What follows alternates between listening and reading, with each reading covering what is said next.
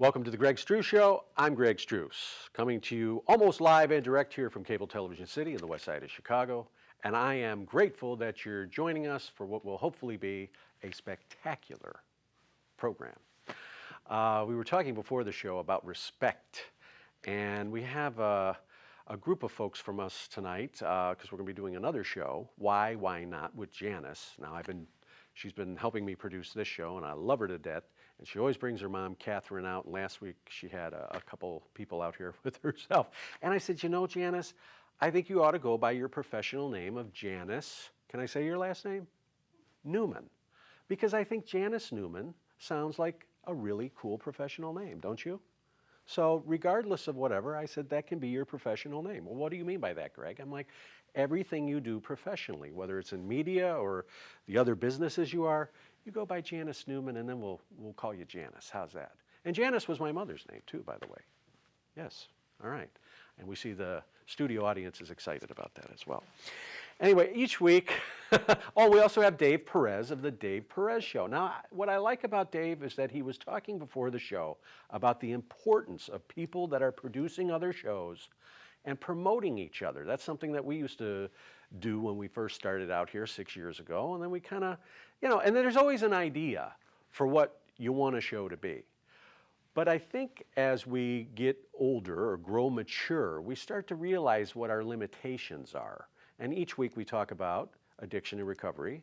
And in addiction and recovery, there's limitations. Would you not agree, right? And also as a counselor or social worker, someone that's either working in the field or in-house, as they say, we have limitations. And once we realize what our limitations are, that we can't save the world, I think it's a better opportunity and better chances of really becoming self-aware in our limitations and what we're able to do. But tonight I want to talk about respect and Aretha, because I think she was like the queen of soul, and that song kind of spoke it all. R-E-S-P-E-C-T.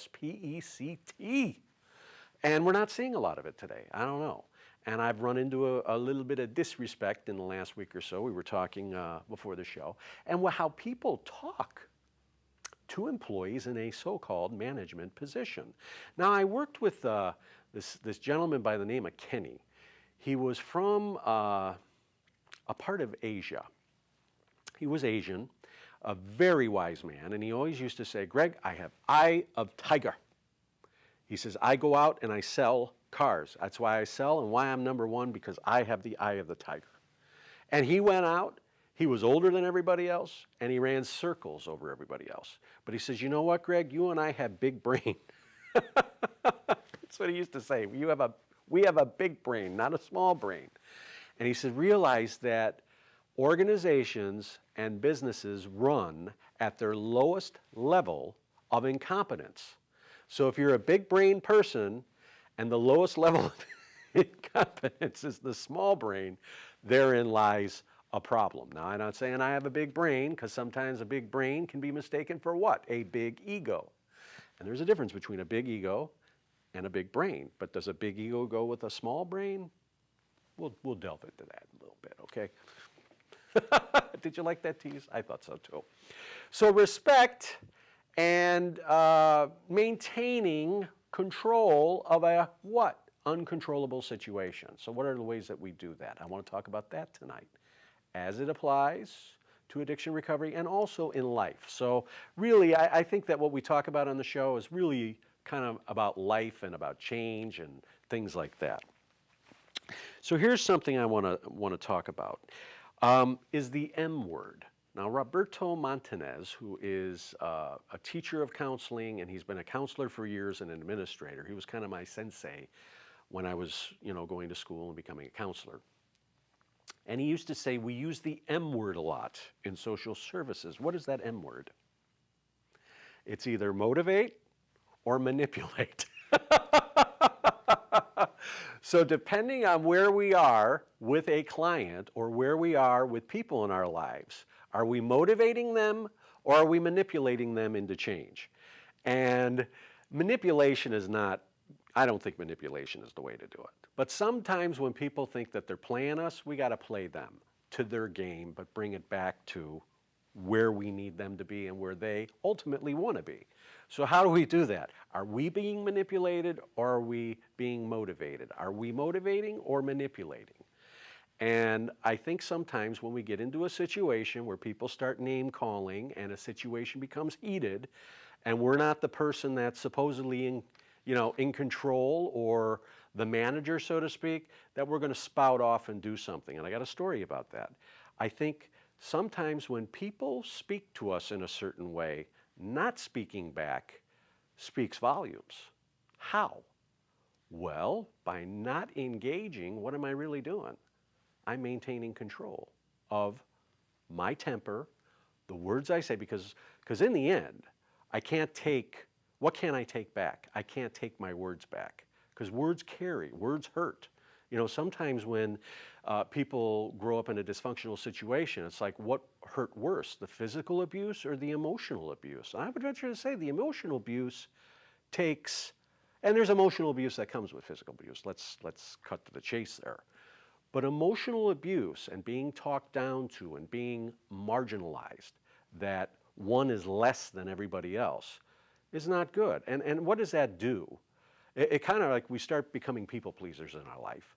And I've been a people pleaser most of my life. And I don't feel like pleasing everybody anymore. I really don't. Just because I'm nice doesn't mean I'm weak. And what I always say when people kind of start overstepping that is, don't mistake my kindness for weakness, because I will mess you up. Anyway, respect, boundaries, and what are some of the other things? Oh, I like the M word, are all the topics tonight on The Greg Struss Show. I'm Greg. This is The Greg Struss Show, reinventing community television from the west side of Chicago. Thanks for joining us, and we'll be back in just a moment.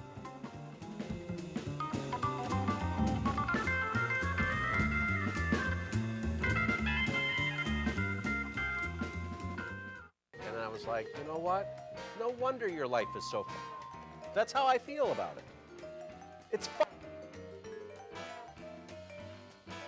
Up! So, long story short. How many tattoos does she have? Are we still talking about her?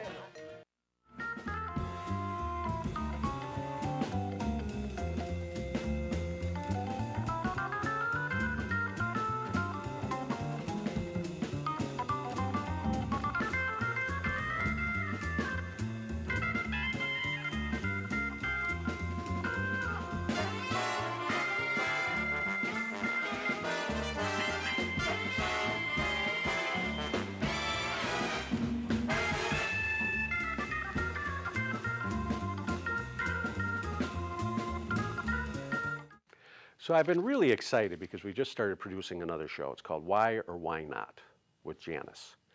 And so Janice comes in, she's been helping me on this show, and so we've been producing her show. We're going to produce her second show tonight. And her guests have been absolutely incredible. So they come and watch our show, and we get to talk beforehand. And her guest for her show is Gwen, who has worked in social work. So we were talking before the show about counseling stories. Now, I have not been working in an agency for a while. I just kind of take the knowledge and what I've been reading about it and seeing in the news and, just kind of doing a show about it at this point in time. So folks are like, well, why aren't you having more guests and things like that? Because I'm just not in that space right now. So now I'm getting into the M word, right? The motivation. And now I'm hearing a little bit of manipulation, like, well, because now Lee's getting in on it. And Lee's like, well, Greg likes to interview people. So let's get him some guests. It's not that I'm afraid of having guests. It's just that, I just like talking right now. That's all.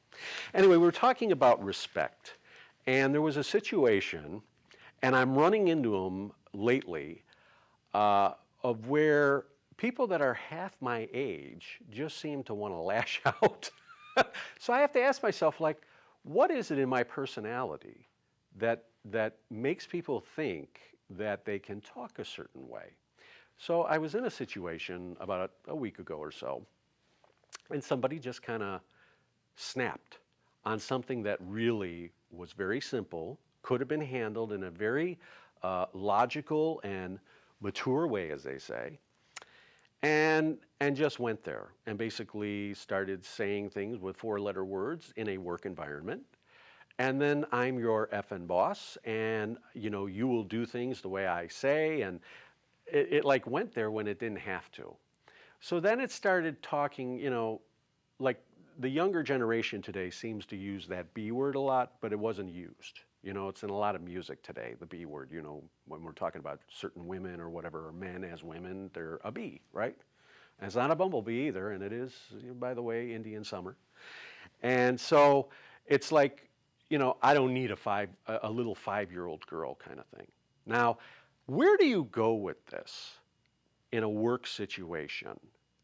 And someone is half your age, and in a moment, and really, I guess I was mature enough to realize that, okay, this individual's having a bad day, and this has nothing to do what he's upset about because he went there like that.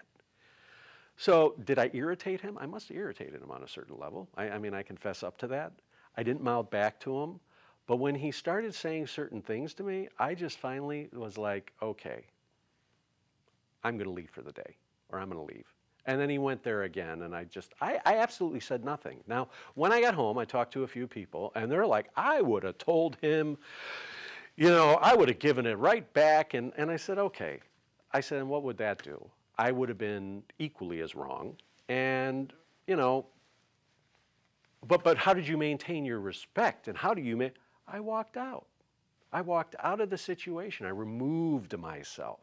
Now, when we get into family situations, all the family members know how to push our buttons.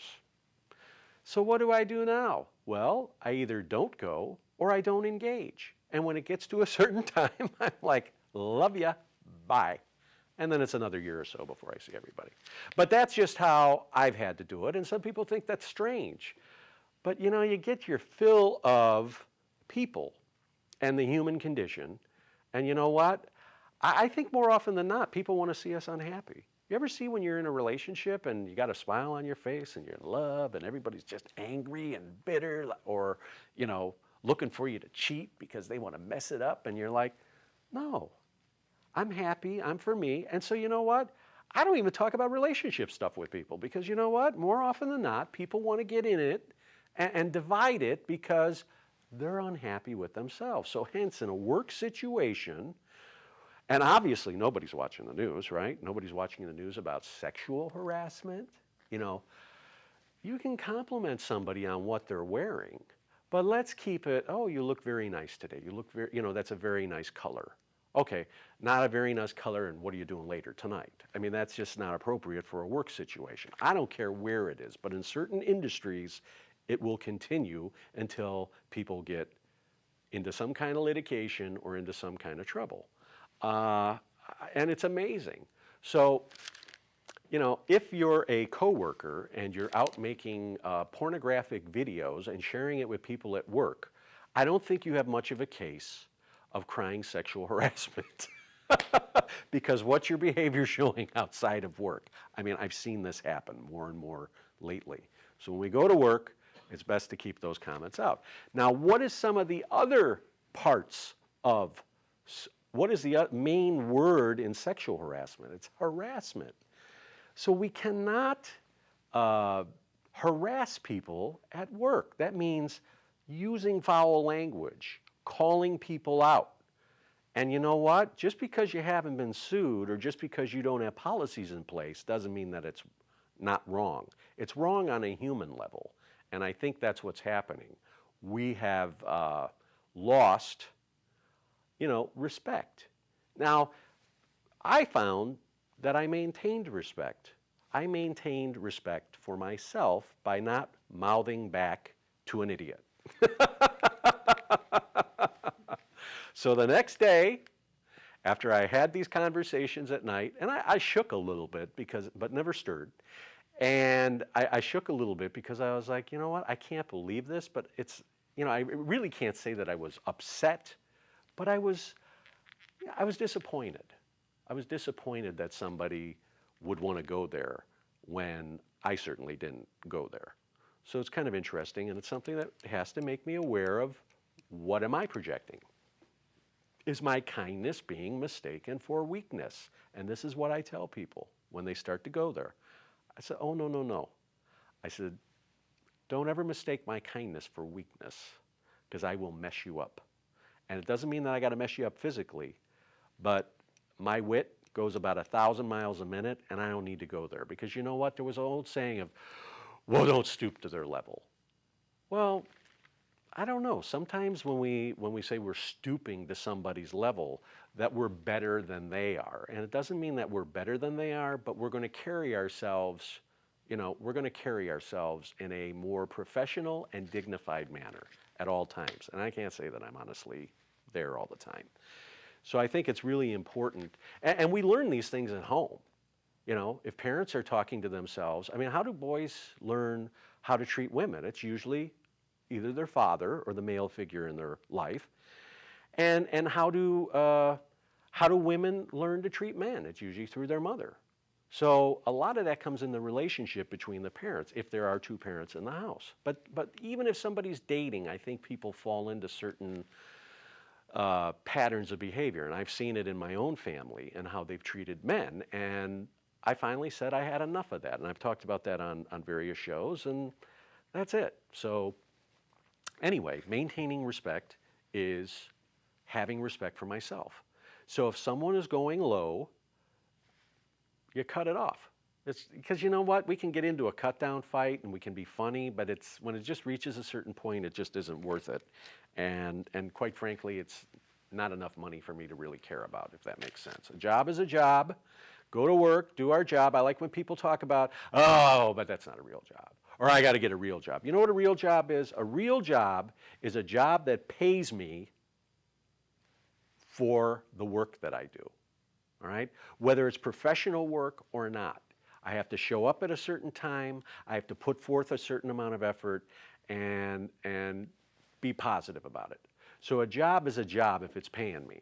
Now, if I can't do, if I can't do something in a job that isn't my personal vocation and the thing that I really want to do, what makes me think that I'm going to be able to perform in my big dream job?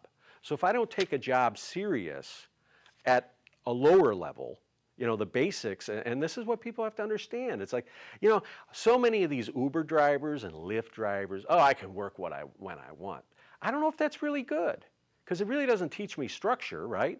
I can show up when I want or not show up at all. But if I have a job to go to and look forward to it and do the best that I can and show up and be on time, be prompt, and work to the end and do the extra or not do the extra, then what do I have? I have the ability to suit up and show up, right? And then hopefully shut up when people start talking to me in a certain way.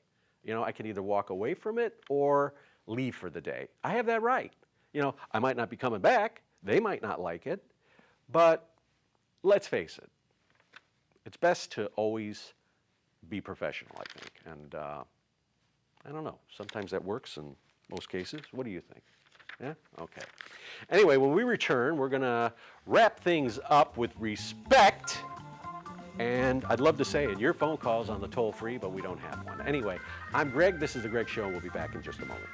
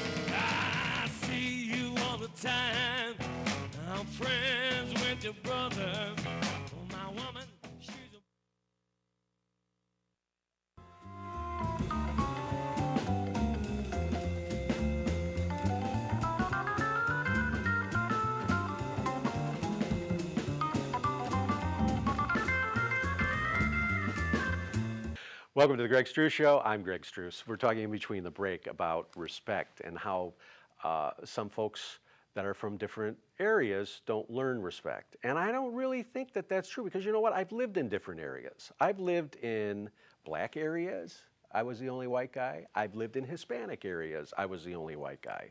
And I don't buy it. I don't think respect has anything to do with race. I think it has something to do with who we are as people. And there were several times I'm walking down the street and there were a group of kids that were members of organizations and I'm thinking to myself, I'm done. And it's like, how are you? I said, how you guys doing? We're well, sir. How are you? And everybody was polite. How is that? Was it because I made the first step in saying, how are you doing, guys? What's up? And I don't know if people thought I was the cop or what. I had a trench coat and a tie and everything. I could have passed for a detective, but I don't think so. I just think people are people wherever you go. And I don't think respect is something that, there's plenty of disrespectful people across all races and religions and et cetera. I think it begins with, how I open the conversation and if I'm willing to go that first step. Because how many times if we're different than each other, neighborhoods change because people are ignorant to people that are different than they are. There's fear in that, and I don't think that's so much racism, but ignorance. All right, ignorance are things that I haven't been exposed to, and I've had to learn that because that's just the way it is. And I think by moving to different places, having people are like, oh, well, you moved around a lot. I lived in Michigan for a while. I lived in Seattle for a while. Living in Seattle, I learned a lot about the Asian culture, a lot of Asian culture in Seattle. I welcomed it. I welcomed learning about different people and found that, everybody's pretty much the same when it comes to being a human being. There's different cultural beliefs and religious beliefs, but as people, respect is respect. It's universal. I don't think it has anything to do with that. And then being, in Chicago, or having lived in California and come back.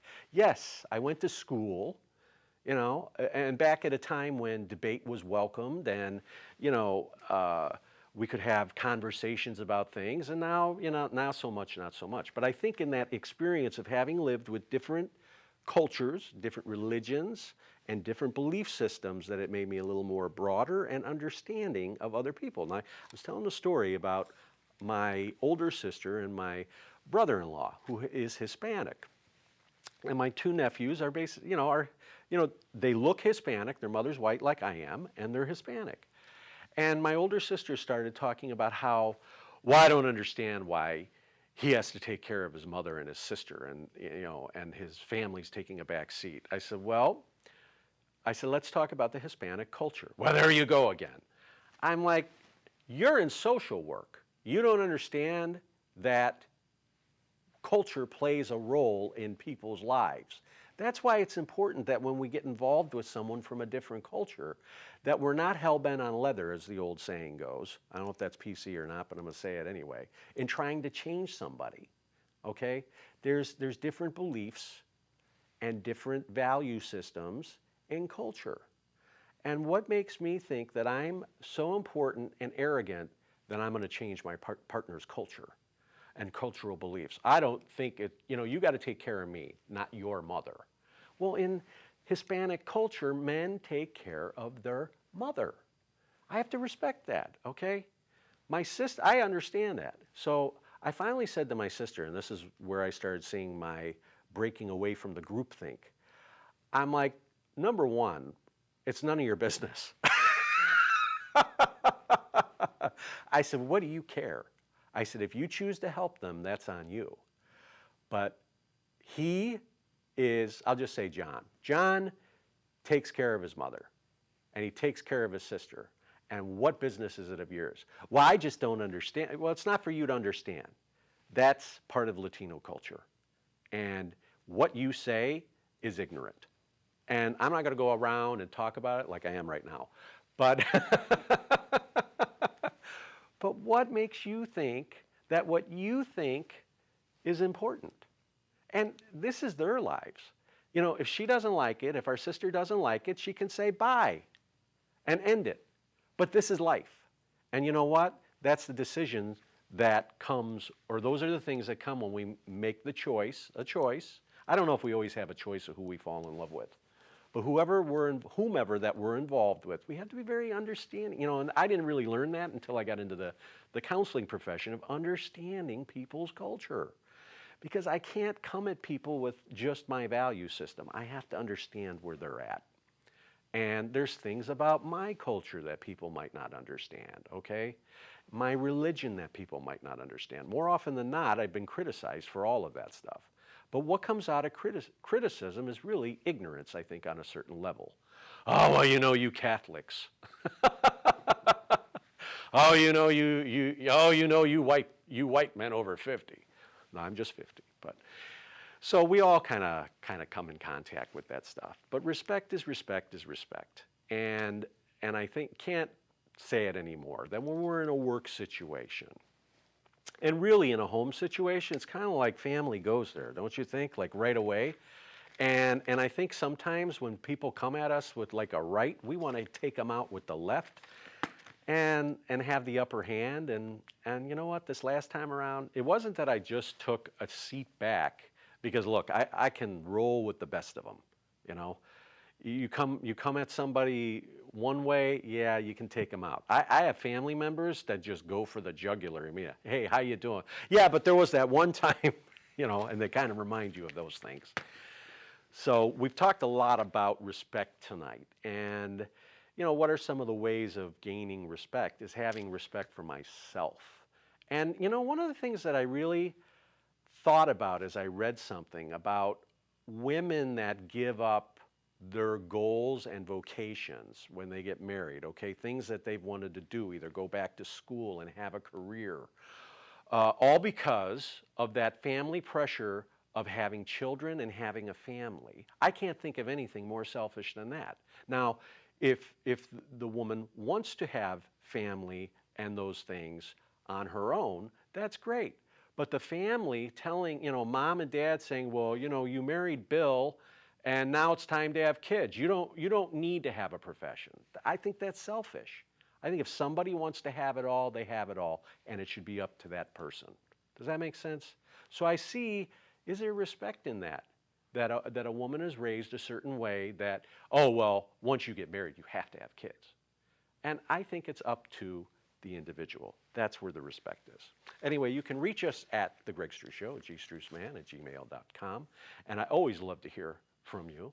I'm sure I made you think about some things and probably angered you about some others. And I'm not saying I'm right. I'm saying this is a different, this is a perspective from things that I have come in contact with in my life and recent and what have you.